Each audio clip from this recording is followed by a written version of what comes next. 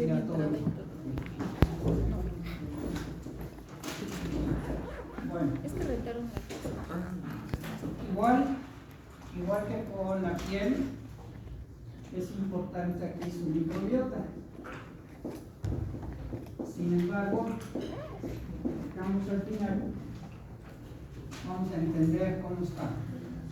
El aparato respiratorio, para entenderlo como una barrera inmunológica, nos vamos a vías aéreas superiores y a vías aéreas inferiores. Tenemos los elementos que van a estar participando. Si iniciamos en vías aéreas superiores, pues entonces estaríamos aquí en la parte de lo que sería la nasofaringe. Señor Eric, traiga para acá. Y ahora sí, el primero que estrena en el semestre tiene plan, supongo. Plan de pago mensual. No tiene datos. Pero ya los van a regresas al final. Bueno.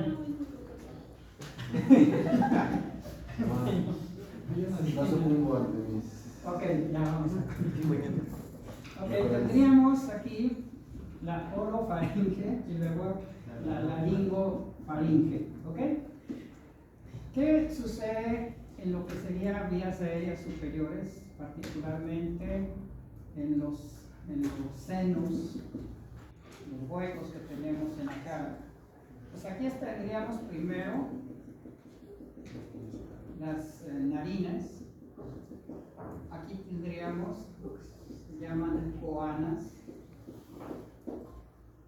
Pero aquí tenemos una serie de vellosidades, más bien de pelos, que estos van a filtrar.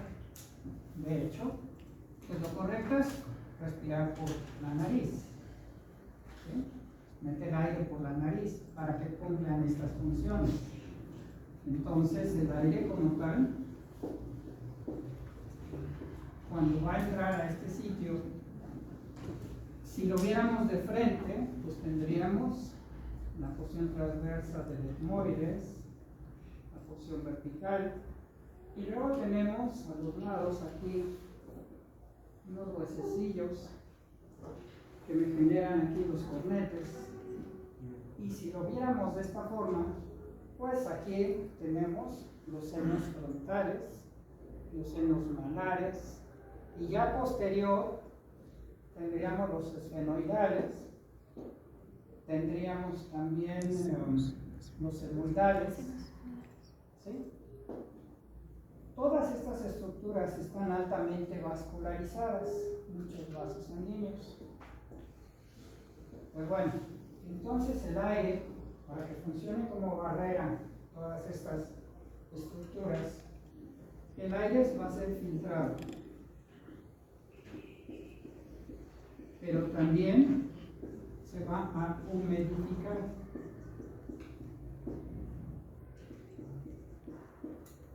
Otro más, se reduce la velocidad. Desde el momento que hacemos la inspiración, estoy introduciendo aire, lo introduzco con fuerza, pero aquí se va a reducir su velocidad por los cornetes que existen aquí. Los cornetes sirven para generar turbulencia, permitir que el aire interaccione con los vasos sanguíneos, pero sobre todo reducir la velocidad. Y además de esto, entonces filtrado y también calentado. Entonces, ¿quién calentaría el aire que inspiramos? ¿Qué parte de las estructuras calentarían el aire? Los cornetes generan turbulencias y reducen la velocidad. Ya lo dije por aquí. Los senos.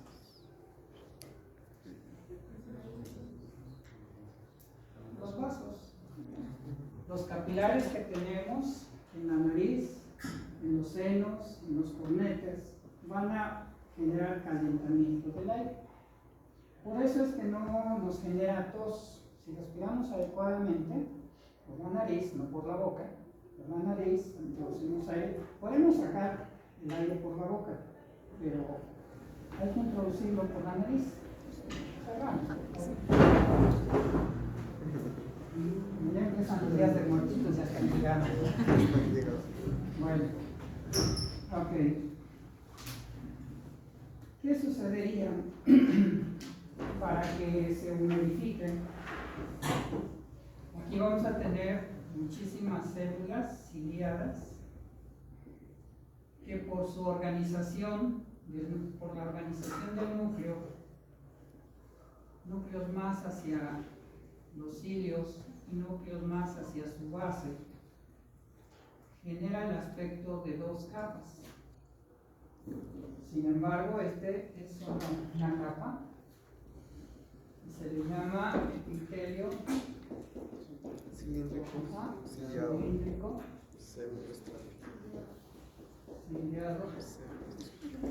pseudo estratificado. ¿Ok? Entonces, estratos es capa. Como ya se nos va a acabar nuestra luna de miel de ausencia de sismos fuertes, vayan leyendo lo de los estratos de la Tierra para que comprendan más lo de los sismos. ¿Sí? Es importante. Nuestra luna de miel ya se va a acabar, el próximo año son 7 años u 8, 17, 18, 19, 20, 25, ya son los 8 años. El promedio es el valor mínimo del promedio, el promedio son 14 años. Ya entramos al valor mínimo del promedio de sismos grandes, de sismos causados. Hagan sus cálculos estadísticos de los sismos más fuertes en la historia de México para que sepan, y van a ver que son 14 años el promedio, pero el valor mínimo es en 8 años. Entonces ya hay que estar preparados ante estas situaciones. Bueno, solo por estratos, que es capas falsas. Además de eso, tenemos células en forma de cáliz, que ponen serios cuando hablo de eso, de signos paramentos. Entonces, estas son células cáliz. Tenemos otras, además, otras células que van a producir un líquido con proteínas y son células serosas. Consideren todo esto porque todavía tenemos casos de la COVID. ¿Sí? Y no descartamos todas las neumoconiosis y bronquitis, laringitis, traqueobronquitis, neumonías, etcétera, etcétera. ¿Sí? Entonces hay que estar entendiendo bien este proceso. Bueno, todas estas células que les estoy poniendo aquí, por ejemplo, los cilios, vamos a ponerlo vertical para entender mejor su funcionamiento, digo horizontal.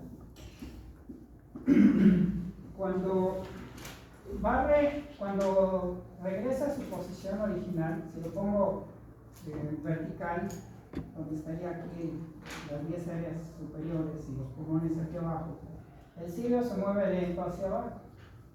Sin embargo, cuando tiene que expulsar las secreciones, barrerlas, se mueve más rápido hacia arriba. Es fascinante cómo las moléculas que tienen los cilios tienen ese control. Entonces, cuando se mueven hacia abajo, digamos, ya expulsó aquí las secreciones. Pero cuando se mueve hacia abajo, lo hace lentamente. Se dobla para no tener la resistencia hasta que queda abajo, para no tener la resistencia de la mucosidad. Pero cuando ya se va a mover hacia arriba, entonces hace este movimiento, lo hace rápido, ¿sí? Entonces hace este movimiento lento. Claro, no puedo doblar así mis dedos como tal, pero bueno, sería así, esto así y luego así, ¿sí? Se doblaría aquí y luego así. Ese es el movimiento que hacen los cilios. Y acuérdense que los cilios tienen microtúbulos que se deslizan unos a otros, por eso se da ese movimiento. Y la parte basal de un microtúbulo, lo que se llama cuerpo basal, tiene dineínas y tiene cinesinas. Realmente es fascinante la parte basal. Y bueno, esta es la parte de la ciencia ficción, pero vayámonos a lo clínico. ¿Dónde tenemos cilios? Aparte de vías aéreas superiores y vías aéreas inferiores. En el tracto gastrointestinal. Las velocidades, otro. No, ahí no. En las mujeres, no. En las trompas de falopio son los responsables de desplazar al óvulo para que llegue a la matriz. Si hay alteración en la motilidad, se puede dar un embarazo ectópico. Imagínense en esto de la COVID, las mujeres que hayan recibido colchicina. La colchicina impide que se forme el microtúbulo. Los microtúbulos son los tubitos que tiene adentro el cilio. 9 que tiene. ¿Sí? 3 letras. Bueno, pero imagínense, tomó colchicina, sus cilios, y debe haber trabajos. Él no debe buscarlo, pero debe haber trabajos donde después de la COVID y mujeres que fueron tratadas con colchicina deben tener embarazos ectópicos. ¿Sí? Entonces, atentos a todos estos cambios. ¿Por qué? Fíjense. La colchicina, les he dicho que atrapa a la tubulina beta, la alfa y la beta. Estas dos se unen, forman dímeros y luego polimerizan y forman al microtúbulo. ¿Sí? Pero la colchicina atrapa aquí y el paclitaxel bloquea la tubulina beta, pero ya unida al microtúbulo. Su mecanismo de acción es en los microtúbulos, pero uno actúa cuando la beta está libre y el otro actúa cuando ya están unidos. Este bloquea la polimerización, este impide que lleguen a la polimerización. Paclitaxel se usa, insisto, en cáncer de mama inflamatorio. ¿Sí? Se usa también en los stents para abrir las coronarias e impedir que se formen microtúbulos. ¿Cuál es la finalidad? Pues se usa la colchicina en los cuadros agudos de gota. Pero hay que tener la visión. Si yo lo uso como antiinflamatorio, la colchicina, lo que estoy haciendo es impedir que se forme el microtúbulo para que las vesículas que llevan citocinas no sean liberadas. Ese es su mecanismo de acción. Impedir que las citocinas proinflamatorias. ¿Cuáles son las proinflamatorias, Leslie? Interleucina 1, 1, 6, 6, el factor de necrosis tumoral alfa. ¿Sí? También está la 8, que es una quimiosina para traer neutrófilos, la 12, la 18. ¿Ok? Bueno, pero las proinflamatorias son las 3 que mencionaste, directo. ¿Qué hace la colchicina? Impide que se forme el microtúbulo y el mediador inflamatorio no sale de la célula. Lo mismo sucede en las placas ateromatosas, en los infartos, cuando se pone el paclitaxel. Aquí no deja que crezca el microtúbulo, no salen los mediadores inflamatorios y no hay más reacción inflamatoria donde se abrió la coronaria, donde se colocó el stent. Acuérdense que el stent no es más que una malla expandible. ¿Sí? ¿Conocen el Retelax? En la farmacia compra un pedacito de Retelax para que lo conozcan, pues. Es una malla que en lugar de poner venda, ponemos las gasas y luego el Retelax y ya queda bien ajustado. ¿Sí? Hay de diferentes medidas. Es semejante el stent. El stent es una malla que se expande y abre la coronaria, pero dentro de esto hay stent afelpados, cubiertos, y tienen ahí el paclitaxel. Y al colocarlo, disminuye el proceso inflamatorio en la coronaria. Bueno, ok. Estoy enfatizando el mecanismo de acción para que ustedes contemplen todo esto. Pregunta: ¿podría desarrollar en hombres que recibieron colchicina en la COVID falta de motilidad de espermatozoides, esterilidad, ¿sí? Alteraciones auditivas, los que hayan recibido colchicina, alteraciones auditivas, sí, ¿por qué? No, ¿por qué? A ver, Julián, sí, ¿por qué o no, por qué? Porque pues los espermatozoides son. No estoy hablando ya de virus. Perdón, dije. ¿Cuál me la pregunta? Si la persona que recibió colchicina como antiinflamatorio en la COVID tendría alteraciones auditivas. Sí, porque que yo sepa hay células ciliadas ahí, ¿no? Hay unas que son los glucoaminoreceptores, entonces si eso inhibe la formación. Claro, sí, porque si tiene microtúbulos también les va a afectar. Todo aquello donde haya microtúbulos va a ser afectado si reciben estos tratamientos. La mitosis, la regeneración de tejidos. ¿Lo ven? ¿Por qué? Por presencia de microtúbulos. ¿Por qué? Fueron los uniones adherentes. ¿Por qué? Uniones adherentes. A ver, integra bien tu información, haz bien tus redes neuronales. Ajá, no, debe haber un unión de células para que pueda generar, bueno, se pueda. Pero ahí no hay microtúbulos, en las uniones no hay microtúbulos. Es por el centriolo, ¿no? ¿Mande? Por el centriolo. Al momento de acomodar los cromosomas. La mitosis hay este uso mitótico, etc. Entonces, si no están bien formados los microtúbulos, no hay una buena repartición de cromosomas. Se altera la regeneración de tejidos. Ok, bueno, ya vieron el impacto que tiene todo esto y la relación. Entonces, ahora, estas células me van a estar produciendo moco, por lo tanto, quien me filtra partículas grandes son las vellosidades. No tan estéticas, pero sí funcionales. Y las partículas pequeñas van a ser captadas por el moco. Aquí se producen mucinas,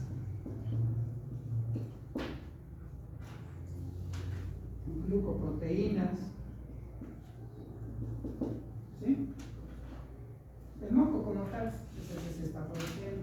Pero ustedes también se han dado cuenta que con la COVID se producen material más espeso. ¿Sí?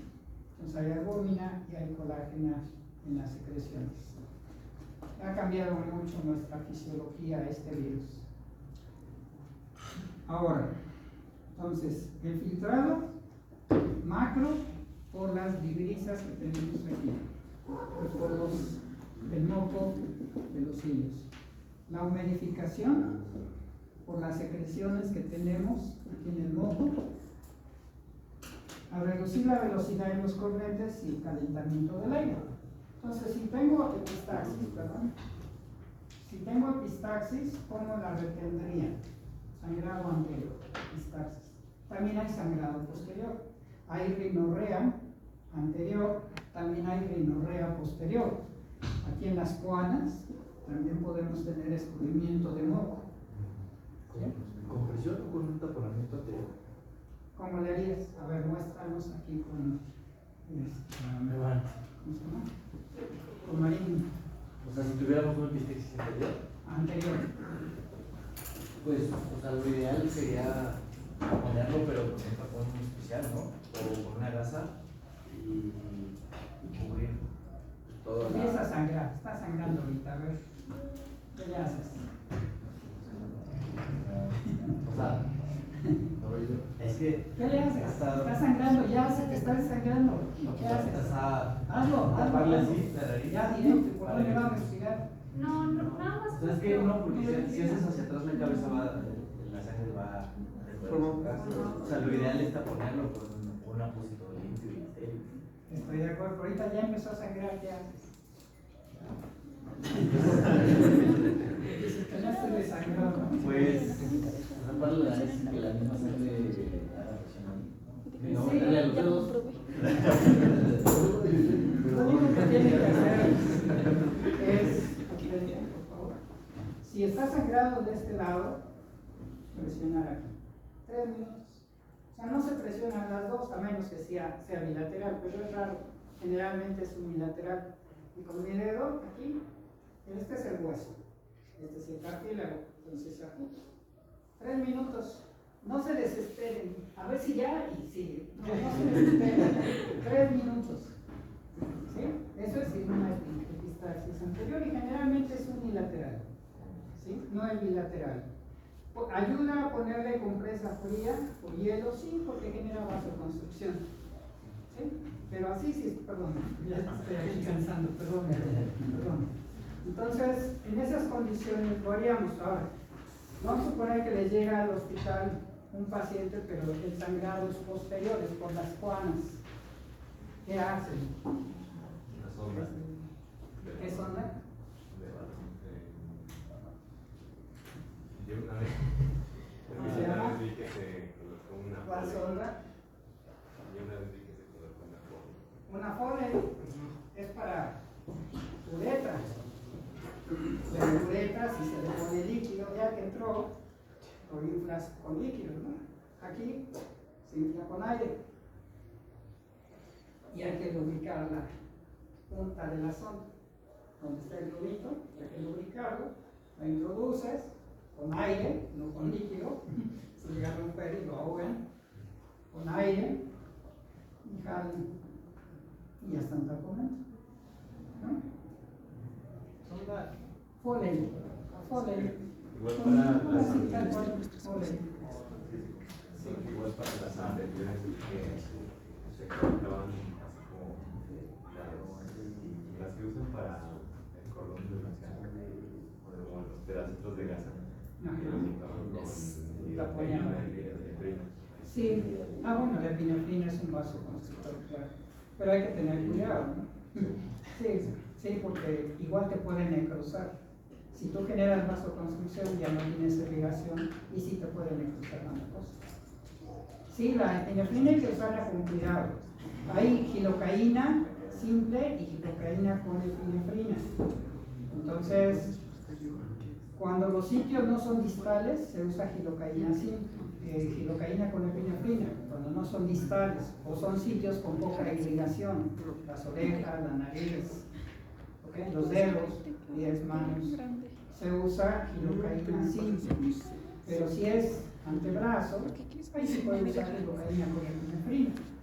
Genera vasoconstricción y ya no tengo tanto sangrado. ¿Sí? Pero riesgo en una mucosa, poner epinefrina, sí puede necrosar. Y el taponcito debe tener glicerina o algún lubricante estéril. ¿Qué pasa con los pacientes que no pueden calentar el aire?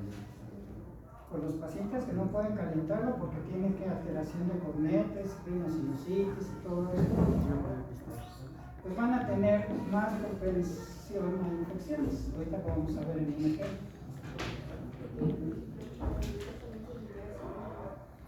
Si no tienes lubricante como tal estéril, la vaselina puede ser. Claro que sí. Bueno, vámonos ahora. ¿No? Ok. Consideren estas células, no se les olviden, vamos a ir hablando de ellas. Ahora nos vamos hacia las vías aéreas inferiores.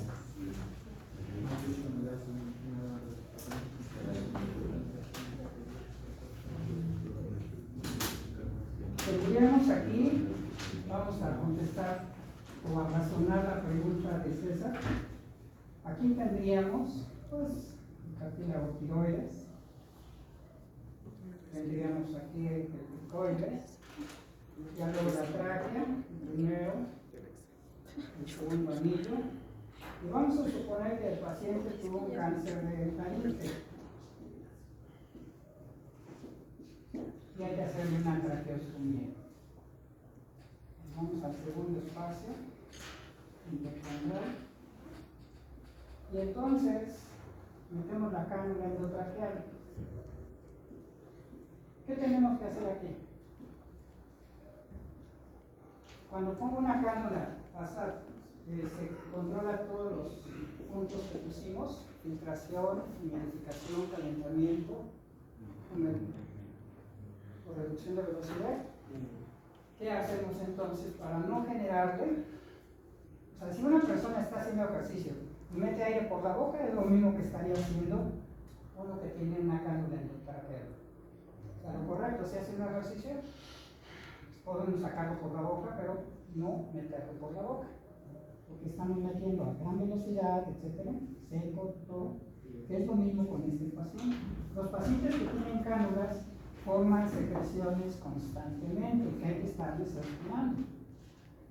¿Sí? Entonces, a no desarrollar sus funciones toda esta zona, hay que ponerle su gasa húmeda, el aire, o si se le está poniendo oxígeno, debe estar en un recipiente, se le llama el barboteador, ¿no? Donde viene el aire, sale aquí el aire, ¿sí? Pero, perdón, aquí, y aquí es la salida del aire, pero aquí se está humidificando con el líquido, y ya luego el aire que va, sale de las burbujas de aquí, pasa al paciente, pero ya está humidificado. ¿Qué es lo que vemos constantemente del paciente tomando el barboteador? Pero está humidificando y ya le llega el aire húmedo. ¿Sí? No va a llegar con calor, pero al menos filtrado, humidificado y controlada la velocidad. Eso es bien importante. ¿Qué es lo que sucede, por ejemplo, con los pacientes cuando se les hace la inhaloterapia? Vámonos con vías aéreas inferiores. Tendríamos la tráquea, tendríamos bronquios, y entonces con esto de los bronquios empezamos a tener una serie de bifurcaciones. Se van adelgazando los bronquios hasta llegar a formar los bronquiolos terminales y el alveolo, estas saculaciones. ¿Sí? En todo este trayecto, tanto en tráquea, bronquios y hasta más o menos la 17ª bifurcación, tenemos células ciliadas, caliciformes y cerosas. En otras palabras, en todo este trayecto se produce moco, se producen proteínas, ¿sí? Hasta llegar al alveolo, donde este está en contacto estrecho con vasos sanguíneos, ¿sí? Lo que ya conocen como la membrana alveolo capilar. Y aquí ocurre el intercambio gaseoso o hematosis. ¿Ok? Bueno, veamos desde el punto de vista de barrera todo esto. Uno de los factores que estimulan la secreción de moco es el alcohol. Por eso es que en las combinaciones que hace el inhaloterapeuta, pone broncodilatadores, ¿sí? Pero también le pone un chorrito de vodka, aunque no lo crean, ¿sí? Le pone un chorrito de vodka con los medicamentos, y el alcohol es un chorrito, no es gran cantidad, pero eso hace que se genere más la secreción aquí y se puede estar liberando. Y esto lo tuvimos con mucha frecuencia en los pacientes con la COVID. En el paciente con la COVID, las células serosas liberaron colágeno.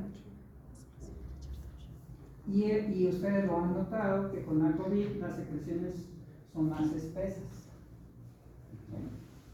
Por lo tanto, había dificultad para sacar las secreciones. Uno de los problemas en la COVID fue que la imagen en la placa radiográfica, pues ya ustedes también lo recuerdan, fue de vidrio esmerilado.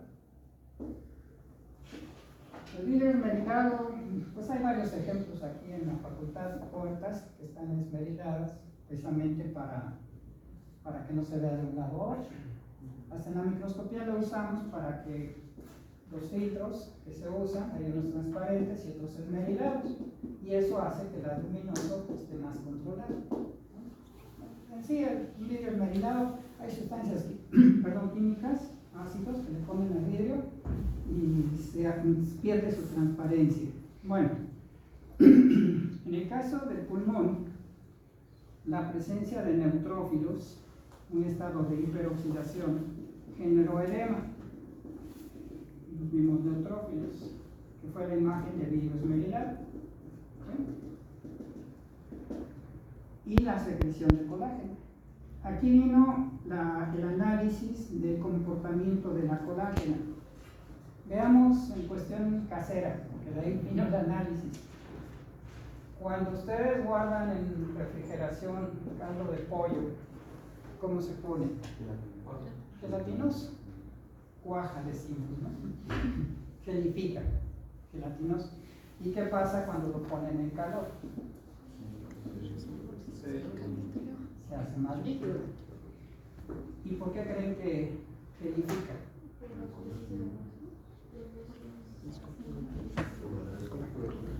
No, la grasa, los huesitos, el coco. ¿Qué es lo que gelifica? Pues la colágena, tiene colágena. ¿Sí? Tiene colágeno. Por eso califica. En la antigüedad, las familias que no tenían recursos les daban más el caldo a los niños que la carne. Y los niños estaban bien nutridos con el caldo. Porque era pura colágeno. Por los huesos. No, la colágena. Bueno, no. El hueso tiene colágeno, en eso sí no voy a estar en desacuerdo con ustedes. Sí, un hueso, si ustedes lo meten, en ¿qué será? En un ácido, el ácido le quita el calcio y el hueso se dobla como uno, queda la colágena. ¿Sí? El hueso, si lo calentamos, entonces quemamos toda la colágena y el calcio se queda, se deshace. ¿Sí? Son experimentos y además eso se hace en patología. Para poder cortar un hueso en un osteosarcoma, se mete primero en ácido, se fija primero, luego se mete en ácido, se descalcifica y ya luego se corta en el microtomo para poder ver las células del osteosarcoma, sacar el diagnóstico. Entonces, quieren descalcificar un hueso, metan en vinagre y van a ver que les va a quedar como un mulito el hueso, así lo van a poder doblar. Bueno, ok, ya hay mucha ciencia. Caemos aquí. Entonces la colágena impedía la hematosis en el paciente con la COVID y eso pasa hasta en enfermedades como neumoconiosis. Ahorita voy a hablar de ellas, no me quiero adelantar. Pero aquí, esto si no se corrige, genera fibrosis. Y fue lo que pasó como una secuela de la COVID en personas que tardaron tiempo en recuperarse. Tienen restricción respiratoria. No tienen la capacidad de meter suficiente aire. ¿Se dan cuenta? O sea, la fibrosis hace que pierda elasticidad en los alveolos. Entonces hay esa restricción respiratoria. La influenza también, el virus de la influenza también genera problemas de fibrosis pulmonar. Bueno, ya vimos en la cuestión de la cuestión aquí de la colchicina, pero veamos ahora el otro punto con la hidroxicloroquina.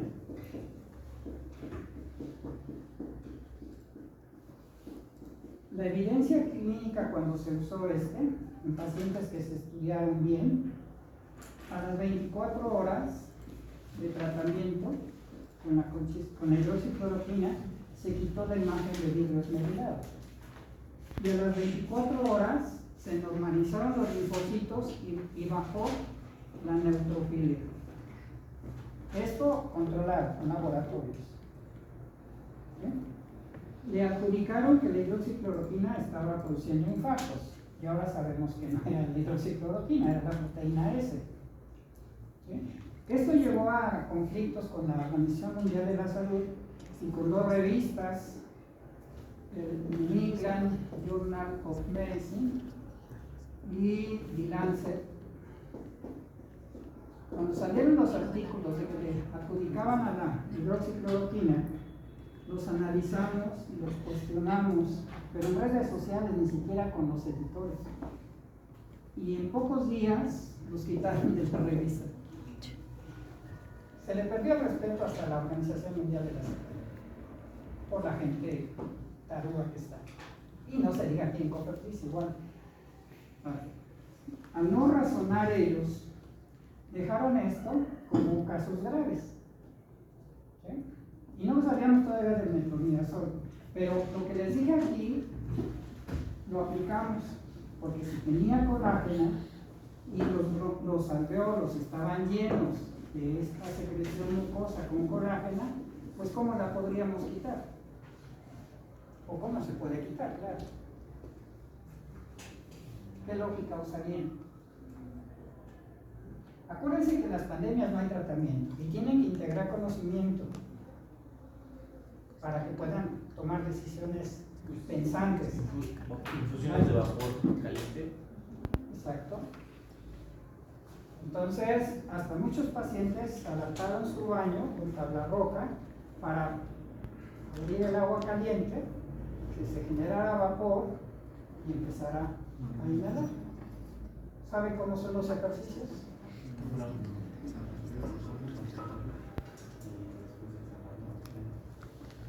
Tres veces y a la cuarta doblarse y toser. 1, 30 segundos, lo sacamos. Otra vez, igual 30 segundos, lo sacamos. La cuarta, hacemos este movimiento y toser. Cuando se mete el aire estamos fluidificando la colágeno, el edema que tenemos aquí. Y el agacharnos es para que por gravedad el drenaje de secreciones no es solo golpearlo aquí. No, hay que pedirle al paciente que quede boca abajo y su tórax más abajo, ¿sí? Para que drene. Sí, o sea, te pones boca abajo, aquí la cintura, el tórax aquí. Y ahora sí le hacemos la puño percusión, ¿sí? Para de esa manera favorecer la salida de secreciones. O bien agacharse más allá de la cintura y toser. Entonces, por declive, ya todo lo que se fluidificó baja y al toser meto aire, hago esto y toso, salían las secreciones. ¿Sí? Eso salvó muchas vidas. Quienes decían que no aguantaban, que no querían, que les molestaban las flemas, se murieron ahogados con sus propias secreciones.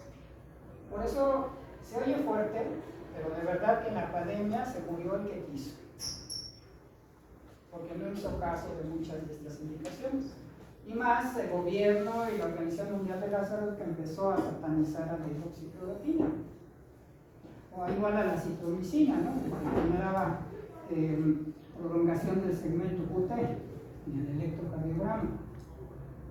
¿Cuántos pacientes con lupus, con artritis reumatoide, reciben no hidroxicloroquina? La hidroxi es muy noble, cloroquina directo.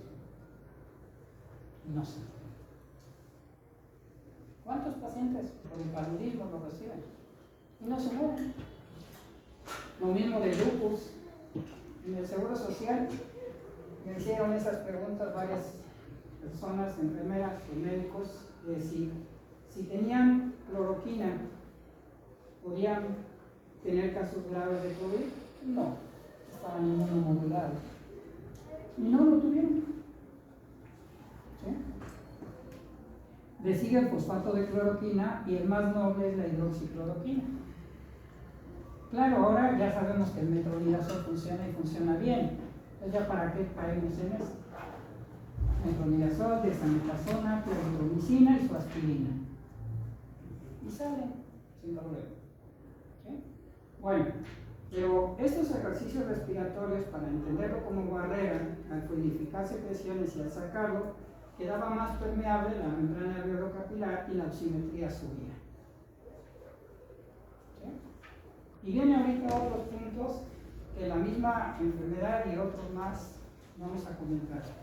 Pero hasta aquí, en vías aéreas inferiores, tenemos células serosas, caniciformes y ciliadas en todo lo que sería tráquea, bronquios.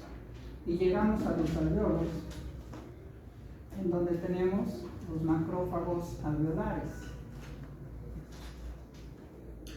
¿Alguna pregunta hasta aquí? ¿Cómo se puede medir la fibrosis? Por imagen, por una placa simple, aunque también es otro tipo de estudios, que sería aquí la resonancia, como está aquí hablando. Pero tan solo por la imagen, tú ves tus alveolos,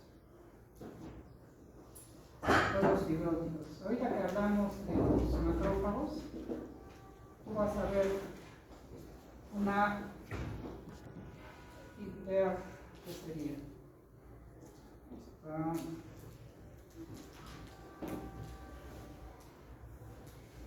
Trato de ver el término. No quiero regalos. No sé, no me acuerdo ahorita el término. A ver si me ayuda alguno de ustedes. Pero se ve más blanco. ¿Sí? Se ve más blanco el parénquima pulmonar con la fibrosis. ¿Sí? Se usa el término de hiperclaridad, pero no me recuerdo ahorita. ¿Alguien se recuerda? ¿Radiopaco y radiolúcido? ¿Pero a qué se refiere radiopaco? Lo más claro. ¿Lo más claro? ¿Radiolúcido? ¿Lo más negro? Okay, entonces vería las opacidades aquí en todo esto. ¿Sí? Es lo que verías. Clínicamente, cuando hay esa restricción respiratoria, no puede introducir completamente el aire. La influenza dejó muchos pacientes con restricción respiratoria. La COVID también. ¿Sí? Y más casos todavía la COVID. Bueno, ok. Entonces, ¿puedes tratar con hidroxicloroquina después que ya no tenga COVID? No. La hidroxicloroquina es en los casos serios de la COVID. Está el virus, está activo. Los primeros días. Hicimos de las nuestras. Hasta un amigo que estuvo internado en el 1 de octubre y que nos cuestionó bastante, se enfermó, estuvo en terapia intensiva, en los hospitales no querían aplicarle, clandestinamente en la zona nasogástrica le pusimos la hidroxicloroquina y en 3 días reaccionó. Hasta esas cosas tuvimos que hacer. Amigo, cercano. Estaba en terapia intensiva, entubado, y no reaccionaba. Y clandestinamente se lo hicimos, porque el médico de base, pues ya ven cómo estaba la polémica, ¿no? En 3 días ya salió de eso, se jubiló y se desapareció. Pero él me mandó muchos artículos de efectos cardíacos de la hidroxicloroquina. Yo sudaba cada vez que leía esos artículos, créanme que sudaba frío, ¿no? Porque yo promovía mucho el esquema.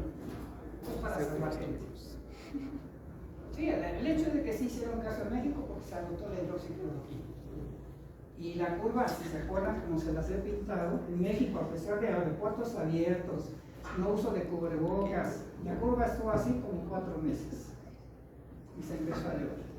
En este tiempo se agotó la hidroxicloroquina, pero muchos nos salvamos en estos 4 meses. Ya no hubo hidroxicloroquina, el gobierno dice que empezó con sus ensayos clínicos, jamás nos vimos los resultados. Yo me emocioné cuando Gatell y López Obrador empezaron, no, vamos a hacer ensayos clínicos. Yo dije, ya, por fin. Yo encontré. ¿Mande? ¿De qué? De 2020 y todos estaban en hidroxicloroquina. Ah, ya encontraste el artículo, sí. Y luego bajó. Sí, no, ya entró la barra. Sí, es que así fue. El único tratamiento que había ahí era hidroxicloroquina, acitromicina. Pero ya después deducimos aspirina. Hay una que quería comentarles eso. Las guías de práctica clínica actuales respiratorio. Dicen que no se debe. ¿Sí estás con nosotros, Jared? Porque te veo bien entretenido ahí en internet. ¿Sí? ¿Estás con nosotros? Tremendo. Si no conquistamos tablet también se recibe el tablet.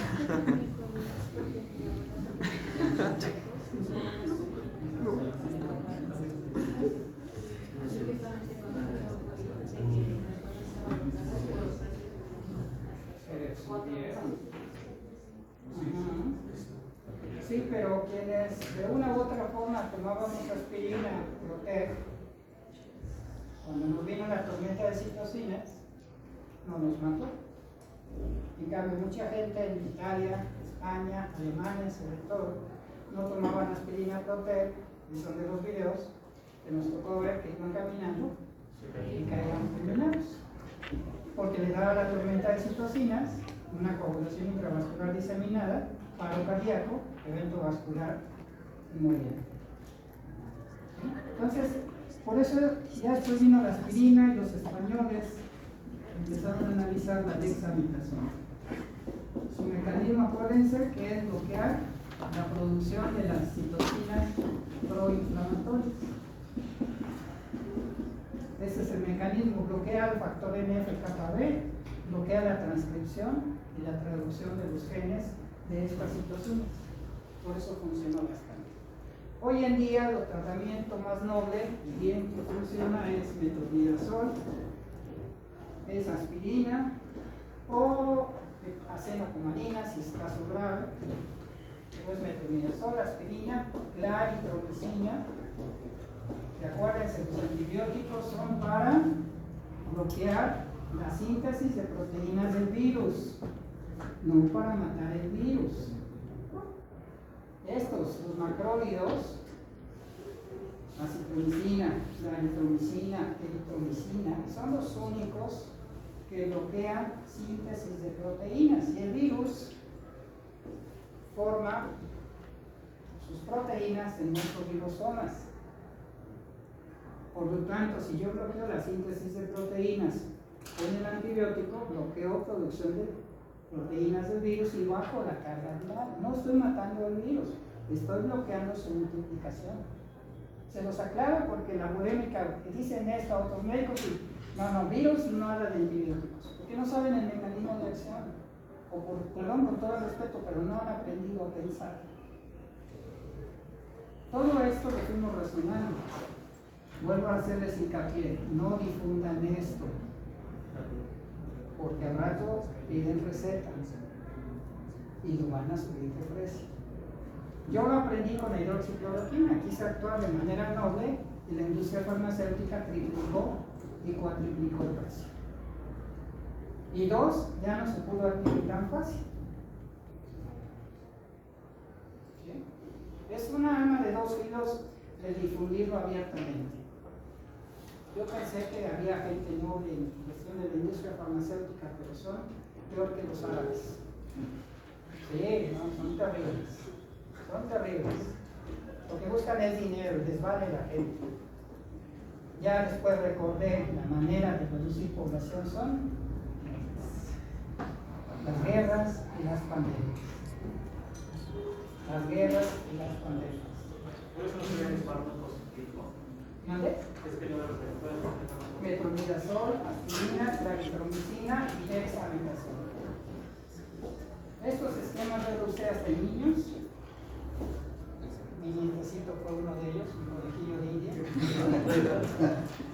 Que los salvó allá de sinvergüenza. Bien la descripción. ¿Mande? Claritromicina. Claritromicina es un macrólido también derivado de las eritromicinas. Claro, dosis pediátricas, dosis de adultos. Tienen mecanismo de acción. ¿Cómo actúa este semana? ¿Cuál? Metronidazol.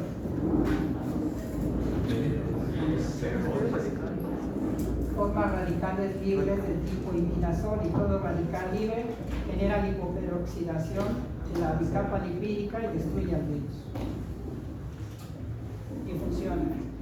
Ya últimamente este es el esquema que usamos. Como si nada, está bien. Todo es gracias a la ciencia, sí, y salva vidas. Nos vemos mañana. Eso es lo que